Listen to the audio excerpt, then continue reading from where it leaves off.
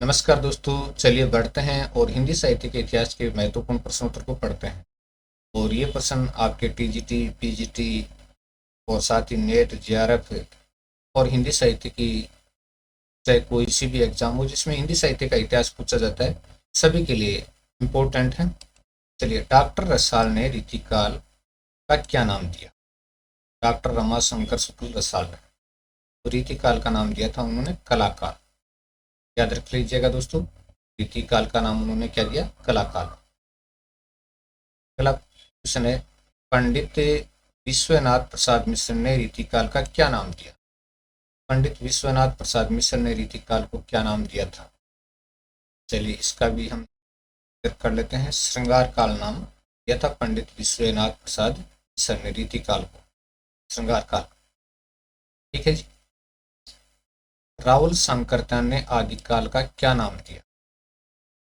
प्रश्न ये है कि राहुल सांकृत्यायन ने आदिकाल का क्या नाम दिया था? सिद्ध सामंत काल नाम दिया था राहुल सांकृत्यायन ने आदिकाल का। आदिकाल का क्या नाम दिया? सिद्ध सामंत काल। नेक्स्ट है, डॉक्टर रामकुमार वर्मा ने आदिकाल का क्या नाम दिया? डॉक्टर रामकुमार वर्मा ने आदिकाल को किस नाम से संबोधित किया था? ये संधि चारण काल नाम दिया था डॉक्टर रामकुमार वर्मा ने आदिकाल का, संधि चारण काल। नेक्स्ट है, भक्ति द्राविड़ उपजी लाए रामानंद, ये कथन किसका है? भक्ति द्राविड़ उपजी लाए रामानंद, ये कथन किसका है? तो ये कथन दोस्तों कबीरदास जी का। कबीरदास जी का कथन है, भक्ति द्राविड़ उपजी लाए रामानंद। अगला है, नयनार संतों की संख्या कितनी मानी जाती है? नायनार संतों की नहीं, नयनार संतों की 63 मानी जाती है। तो नयनार संतों की संख्या कितनी मानी जाती है? 63 मानी जाती है नयनार संतों की। इन काव्यों का नामकरण नायिका के आधार पर, यानी कौन से काव्य थे जिनका नामकरण नायिका के आधार पर किया गया है? तो नायिका के आधार पर नामकरण सूफी प्रेमाख्यानक काव्यों का किया गया है। सूफी प्रेमाख्यानक काव्यों का नामकरण नायिका के आधार पर किया गया है। सूफी प्रेमानक क्या सूफी प्रेमाख्यानक काव्यों में किन किन सूफी प्रेमाख्यानक काव्यों में किन किन छंदों का प्रयोग सर्वाधिक मात्रा में हुआ है? तो दोहा चौपाइयों का प्रयोग सर्वाधिक मात्रा में हुआ है, दोहा चौपाइयों का। सूफी कवियों का प्रधान रस कौन सा है? सूफी कवियों का प्रधान रस कौन सा है? प्रधान रस श्रृंगार रस, और उसके भी योग पक्ष को प्रधानता दी गई है। श्रृंगार रस का चित्रण किया गया है और योग पक्ष को प्रमुख रूप से चित्रण किया गया है। राम भक्ति शाखा में किस संत को राम भक्ति शाखा में किस संत को युग प्रवर्तक आचार्य माना जाता है? कौन से संत को युग प्रवर्तक आचार्य माना जाता है? रामानंद को माना जाता है युग प्रवर्तक आचार्य। कवितावली रामायण की रचना किसने की थी? कवितावली रामायण महंत रामचरण दास ने की थी कवितावली रामायण की रचना। दोस्तों ध्यान रखना, कवितावली तुलसीदास जी की रचना है और कवितावली रामायण है वो महंत रामचरण दास जी की रचना का नाम है। अगला क्वेश्चन है, राम स्वयंवर की रचना किसने की थी? राम स्वयंवर की रचना रीवा नरेश महाराज विश्वनाथ सिंह ने की थी। राम स्वयंवर की रचना रीवा नरेश महाराज विश्वनाथ सिंह ने राम स्वयंवर की रचना की थी। रामचरित चिंतामणि किसकी रचना है? रामचरित चिंतामणि रामचरित उपाध्याय की रचना है। रामचरित चिंतामणि किनकी? रामचरित उपाध्याय की रचना का नाम है रामचरित चिंतामणि। उनका सारा काव्य समन्वय की विराट चेष्टा है, ये कथन किसका है? उनका सारा काव्य समन्वय की विराट चेष्टा, ये कथन किसका है? ये कथन यानी आचार्य हजारी प्रसाद द्विवेदी का कथन है और तुलसीदास जी के लिए कहा गया है। आचार्य हजारी प्रसाद द्विवेदी का कथन है और तुलसीदास जी के लिए कहा गया है। तुलसीदास जी ने कृष्ण के सुंदर चरित्र को लेकर सुंदर गीतों की रचना तुलसीदास जी ने कृष्ण के चरित्र को लेकर सुंदर गीतों की रचना किस काव्य में की है? यानी तुलसीदास जी ने कौन से काव्य में कृष्ण के चरित्र को लेकर सुंदर गीतों की रचना की है? इसका उत्तर है कृष्ण गीतावली। कृष्ण गीतावली में उन्होंने सुंदर सुंदर गीतों रचना की थी। नेक्स्ट है, मतीराम ने ललित ललाम की रचना किसकी आज्ञा से की? मतीराम के ग्रंथ का नाम है ललित ललाम और उसकी रचना किसकी आज्ञा से की? राजा भंवर सिंह की आज्ञा से की थी। कई जगह इसका नाम भाव सिंह भी मिलता है, बूंदी के राजा भाव सिंह। चलिए, पद्माकर ने जगत विनोद की रचना किसके आदेश से? पद्माकर ने जगत विनोद की रचना किसके आदेश से की थी? तो राजा जगत सिंह के आदेश से की थी पद्माकर ने जगत विनोद की रचना, राजा जगत सिंह के आदेश से। अगला है, केशवदास ने रसिक प्रिया की रचना किसकी आज्ञा से?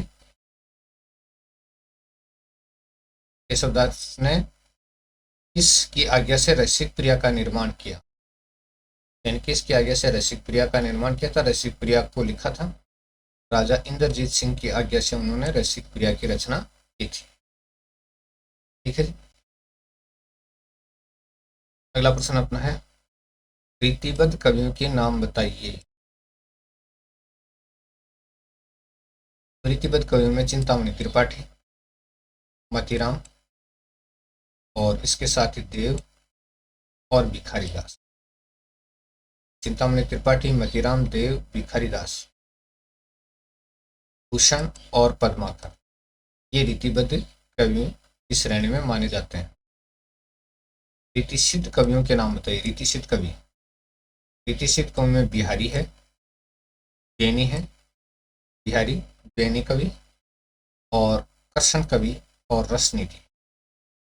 बिहारी, बेनी, कृष्ण कवि और रसनिधि रीतिसिद्ध कवि माने जाते हैं और इसके साथ साथ सेनापति को भी रीतिसिद्ध कवि माना जाता है। रीतिमुक्त कवियों के नाम बताइए। रीतिमुक्त कवि कौन कौन से थे? तो बोधा आलम, बोधा आलम, ठाकुर और घनानंद, ये रीति मुक्त कवि माने जाते हैं। रीति काल की वीर रस के कवियों के नाम बताइए। ऐसे कवि कौन से हैं जो वीर रस के कवि हैं? वीर रस के कवि हैं भूषण जी, ग्वाल, भूषण, ग्वाल, शूदन, भूषण भी वीर रस के हैं, ग्वाल भी वीर रस के हैं, शूदन भी वीर रस के हैं और जोधराज। अगला है, रीति काल में किन किन कवियों ने लक्षण ग्रंथों का निर्माण किया? यानी कौन कौन से कवि थे जिन्होंने लक्षण ग्रंथों का निर्माण किया था? तो चिंतामणि ने लक्षण ग्रंथ का निर्माण किया था, भूषण ने लक्षण ग्रंथ का निर्माण किया था, मतीराम ने लक्षण ग्रंथ का निर्माण किया था और भिखारी दास ने लक्षण ग्रंथ का निर्माण किया था। ठीक है, तो आप देख लीजिएगा, चिंतामणि, भूषण, मतीराम, भिखारी दास, इन्होंने लक्षण ग्रंथों का निर्माण किया था। कबीर दास जी ने आत्मा को किस रूप में चित्रित किया है? कबीर दास जी ने आत्मा को किस रूप में चित्रित किया है? कबीर दास जी ने आत्मा को वीरानी नायिका के रूप में चित्रित किया है। वीरानी नायिका के रूप में चित्रित किया है। कबीर दास जी को वाणी का डिक्टेटर किसने कहा? कबीर दास जी को वाणी का डिक्टेटर किसने कहा था? आचार्य हजारी प्रसाद द्विवेदी ने कबीर दास जी को वाणी का डिक्टेटर कहा था। ठीक है जी। अगला, पुष्टि मार्ग को जहाज जात है, सो जाको कछु लेना होय सो लो। पुष्टि मार्ग को जहाज जात है, सो जाको कछु लेना होय सो लो, ये कथन किसके लिए कहा गया है? किसके लिए कहा गया है? सूरदास के लिए और गोस्वामी विठलनाथ द्वारा कहा गया। सूरदास के लिए कहा गया और गोस्वामी विठलनाथ द्वारा कहा गया है। तुलसीदास का गीतावली काव्य कितने खंडों में विभाजित है? तुलसीदास जी का काव्य है, उसका नाम क्या है? गीतावली है। कितने खंडों में विभाजित है? 7 खंडों में विभाजित है। तुलसीदास जी की रचना को भक्तिरस का ग्रंथ कहा जाता है। तो तुलसीदास जी की किस रचना को भक्तिरस का ग्रंथ कहा जाता है? विनय पत्रिका को कहा जाता है और इसके साथ साथ भक्ति का आधार ग्रंथ जो कहा जा सकता है वो रामचरितमानस को कहा जाता है। तुलसीदास जी की रचना कवितावली में कितने खंड हैं? कवितावली में कितने खंड हैं? कवितावली में भी 7 खंड हैं। कवितावली रचना है उसमें भी कितने खंड है? 7 खंड। तुलसीदास की विनय पत्रिका नामक, तुलसीदास की विनय पत्रिका नामक रचना की भाषा कौन सी है? तो ब्रज भाषा है विनय पत्रिका की। विनय पत्रिका की भाषा पूछ ली जाए तो कौन सी भाषा है? ब्रज भाषा है। तुलसीदास की इस रचना में ब्रज भाषा तथा अवधी भाषा का मेल है। कवितावली में ब्रज भाषा और अवधी भाषा का मेल है।